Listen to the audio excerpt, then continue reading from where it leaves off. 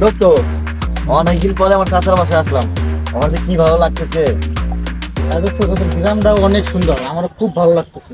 হ্যাঁ দোস্ত, কথা কথা চলে আসছি। চাচা, ও চাচা, এইবারই চাচা বাসায় আছেন?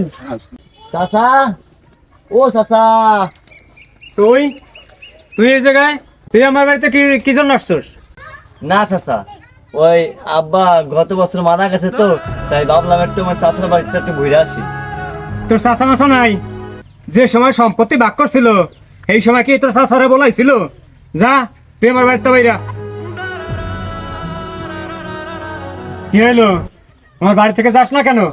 আমার কোনো ভাতিজা নাই? তুই দাঁড়া, ও কোথাও যাবে না, দাদার বিটা, ওরও দাদার বিটা। আমরাও যদি দুজনে মিলকে বসে থাকতে পারি, তোমার কিসের সমস্যা? তোমার কিসের এত অহংকার? আমরা ভাই ভাই মিলকে থাকবো, তাতে তোমার কোনো সমস্যা আছে? তাইলে তুমি বারবার ওকে বলতেছো যে এই বাড়ি থেকে বেরোয় যায়, এই বাড়িতে বেরোয়। ও বেরিয়ে কোথায় যাবে? তুমি আজ বাদে কাল মারা যাবা, তোমার কিসের এত অহংকার?